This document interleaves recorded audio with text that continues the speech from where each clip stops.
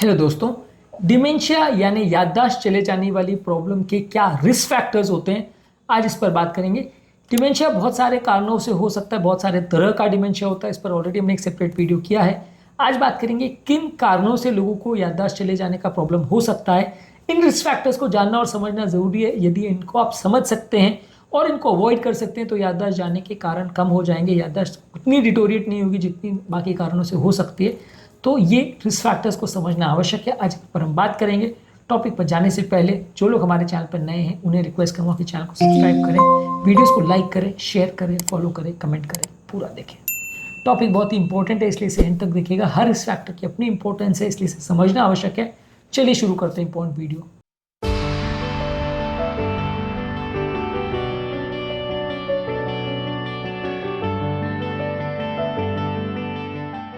Obviously dementia के लिए as सबसे इंपॉर्टेंट रिस्क फैक्टर है। ज़्यादातर याददाश्त चले जाने वाली बीमारियां उम्र के साथ ही होती हैं, ज़्यादातर 65 की एज के बाद देखने को मिलती है।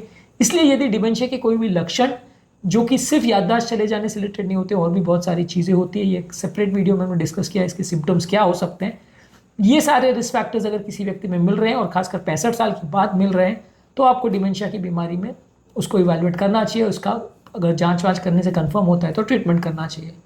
इसके अलावा कुछ व्यक्ति को जेनेटिक फैक्टर्स या फैमिली हिस्ट्री की वजह से हो सकता है, किसी के परिवार में कुछ जेनेटिक अबनॉर्मलिटीज़ की वजह से मल्टीपल लोगों को डिमेंशिया हो सकता है। फैमिली हिस्ट्री अगर किसी की पॉजिटिव है तो उसको जांच की आवश्यकता है, लेकिन यंग एज में नहीं। अगर उसको सिम्टम्स आ रहे हैं तो फिर उसको जांच करवाने की आवश्यकता है। कुछ कार्डियोवैस्कुलर डिजीज या रिस्क फैक्टर्स की वजह से भी हो सकता है। अगर किसी को BP, sugar, cholesterol, diabetes, obesity, atherosclerosis, ये सारी बीमारियों में भी डिमेंशिया ज़्यादा होता है। जिन व्यक्तियों को रिस्क फैक्टर्स हैं उनको डिमेंशिया या याददाश्त का प्रॉब्लम ज़्यादा हो सकता है, खासकर अल्जाइमर्स का, जिसका डायबिटीज़ के साथ काफ़ी कोरिलेशन देखा गया है। ये सारे रिवर्सिबल रिस्क फैक्टर्स हैं जिनको प्रॉपर लाइफस्टाइल करने से और दवाई गोली से हम कंट्रोल कर सकते हैं, इम्प्रोवाइज कर सकते हैं। इसलिए ये सारे रिस्क फैक्टर्स पर हमको ज़्यादा मेहनत करनी चाहिए ताकि हम इसे कम कर सकें और ताकि हम अपनी याददाश्त की प्रॉब्लम को कम कर सकें। कुछ लाइफस्टाइल फैक्टर्स जैसे smoking, alcohol, lack of physical activity, poor dietary changes जैसे सैचुरेटेड फैट्स और शुगर वाली चीज़ें ज़्यादा लेना, फल सब्जियां कम लेना, ये भी डिमेंशिया का रिस्क फैक्टर हो सकता है। काफ़ी स्टडीज़ में ये शो हुआ है कि अल्जाइमर डिजीज़ जो है वो इंसुलिन रेजिस्टेंस से रिलेटेड है। उसको आजकल डायबिटीज़ टाइप 3 भी बोलने लग गए हैं। तो इस तरह के केसेस में अगर किसी व्यक्ति को अल्जाइमर्स का प्रॉब्लम है या उसको इस तरह का रिस्क फैक्टर्स है खाने पीने में, तो उसको अपने आप को जो इंसुलिन रेजिस्टेंस के रिस्क फैक्टर्स है उस पर वर्क करने की आवश्यकता है, उनको कम करने की आवश्यकता है। इंसुलिन रेजिस्टेंस क्या क्या चीज़ों से बढ़ता है, क्या क्या चीज़ों से कम होता है, ये हमने ऑलरेडी काफ़ी वीडियोस में डिस्कस किया है। हमारे डायबिटीज़ वाले चैनल पे आप इसे देख सकते हैं। इसके अलावा यदि किसी व्यक्ति का कॉग्निटिव और सोशल एंगेजमेंट नहीं है, वो लोगों से मिलता नहीं है, बात नहीं करता, अकेले किसी कमरे में रहता है, तो वैसे व्यक्ति को भी डिमेंशिया होने का चांस ज़्यादा है। जो लोग लोगों से मिलते हैं, बात करते हैं, विचार करते हैं, डिस्कशन करते हैं, उनका ब्रेन ज़्यादा एक्टिव रहता है, डिमेंशिया के चांस कम हो जाते हैं। इसके अलावा यदि किसी व्यक्ति का एजुकेशनल लेवल कम है तो उनको भी डिमेंशिया होने का चांस ज़्यादा है। जैसे जैसे आप सोचते हैं, विचार करते हैं, हर चीज़ों पर डिस्कशन करते हैं, वैसे लोगों का ब्रेन ज़्यादा चलता है, डिमेंशिया होने का चांस कम हो जाता है। ऐसा नहीं है कि अनपढ़ होना और डिमेंशिया होना सेम चीज़ है। अनपढ़ होना मतलब नहीं पढ़ा लिखा होना, डिमेंशिया मतलब याददाश्त चले जाना, दोनों अलग चीज़ें हैं। लेकिन दोनों में कुछ सिग्निफिकेंट रिलेशन है, क्योंकि जो लोग ज़्यादा पढ़ते लिखते नहीं वो उतना ज़्यादा ब्रेन नहीं यूज़ करते। हालांकि ये भी कहना गलत है कि हर अनपढ़ आदमी बेवकूफ़ होता है, हम वैसा नहीं कह रहे, लेकिन ये है कि अनपढ़ लोग या जो लोग नहीं पढ़े लिखे हैं, इनका एजुकेशन लेवल कम है, उनको रिस्क ज़्यादा होता है, क्योंकि ब्रेन उतना कंपेरेटिवली कम यूज़ होता है। मेमोरी और ये सब चीज़ों को याद करने के लिए जितना ब्रेन को यूज़ करता है उतना आपका माइंड ज़्यादा शार्प रहेगा, ज़्यादा साल चलेगा।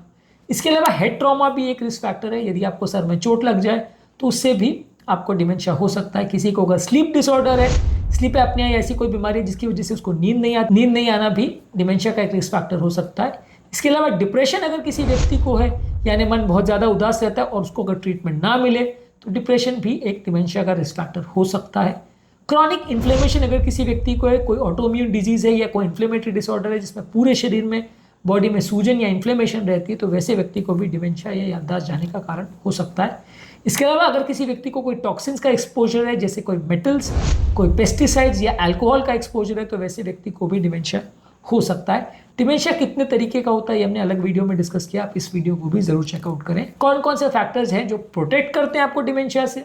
इसमें regular physical activity, regular exercise करना, हेल्दी डाइट लेना जिसमें fruits, vegetables, whole grains, healthy fats, Mediterranean type या डैश डाइट लेना जो हाइपरटेंशन के लिए यूज़ करते हैं, इसके अलावा दिमाग को बार बार स्टिमुलेट करना, एक्टिवेट करना, बार बार सोचना, सोशल एक्टिविटीज़ में इन्वॉल्व होना, पजल सॉल्व करना, नए स्किल सीखना, एजुकेशन में कुछ नया करते रहना, ये सारी चीज़ें आपके ब्रेन की कैपेसिटी और स्टैमिना को बढ़ाते हैं, तो इससे भी आपकी याददाश्त बेटर होती है। सोशल एंगेजमेंट भी आपका इंप्रूवमेंट करता है डिमेंशिया में। यदि आप लोगों के साथ प्रॉपरली एंगेज करते हैं, सोशल एक्टिविटीज़ में इन्वॉल्व होते हैं, लोगों से घुलना मिलना ये सब बेटर करते हैं, तो आपका डिमेंशिया कम होगा।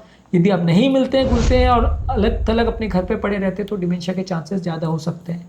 इसके अलावा अच्छा स्लीप हाइजीन रखना, ये आपकी नींद को बेटर करेगा, तो इंसोम्निया से जो डिमेंशिया बढ़ने का रिस्क होता है वो कंपैरेटिवली कम हो जाएगा। इसलिए अच्छा नींद होना भी एक इंपॉर्टेंट फैक्टर है जिससे डिमेंशिया को कम कर सकते हैं। इसके अलावा मेंटल स्ट्रेस को कम करना, yoga, pranayama, deep breathing exercise, mindful meditation, ये सारी चीज़ें करके आप अपने मानसिक तनाव को कम कर सकते हैं, और ये सारी चीज़ें भी आपको डिमेंशिया से यानी याददाश्त चले जाने वाली प्रॉब्लम से कुछ हद तक प्रोटेक्ट कर सकते हैं। आज के टॉपिक में हमने बात करी कि यदि किसी व्यक्ति को डिमेंशिया है तो क्या कारण या रिस्क फैक्टर्स हो सकते हैं जिसकी वजह से व्यक्ति को डिमेंशिया हो सकता है। ये सारे ही रिस्क फैक्टर्स इंपॉर्टेंट है, और ये सारे ही रिस्क फैक्टर्स को यदि आप अवॉइड करोगे तो डिमेंशिया की प्रॉब्लम पूरी तरह से ठीक या ख़त्म तो नहीं हो जाएगी, लेकिन कुछ हद तक होने का चांस कम हो जाएगा। इन सभी चीज़ों को आपको फॉलो करना चाहिए। डिमेंशिया के फीचर्स क्या होते हैं, लक्षण क्या होते हैं, और उसके ट्रीटमेंट में क्या क्या चीज़ें यूज़ करते हैं, ये अलग अलग वीडियोज़ में हमने डिस्कस किया, इन्हें ज़रूर चेकआउट करें। टॉपिक एंड करने से पहले जो लोग हमारे चैनल पर नए हैं उन्हें रिक्वेस्ट करूँगा कि चैनल को सब्सक्राइब करें, वीडियोज़ को लाइक करें, शेयर करें, फॉलो करें, कमेंट करें, पूरा देखें।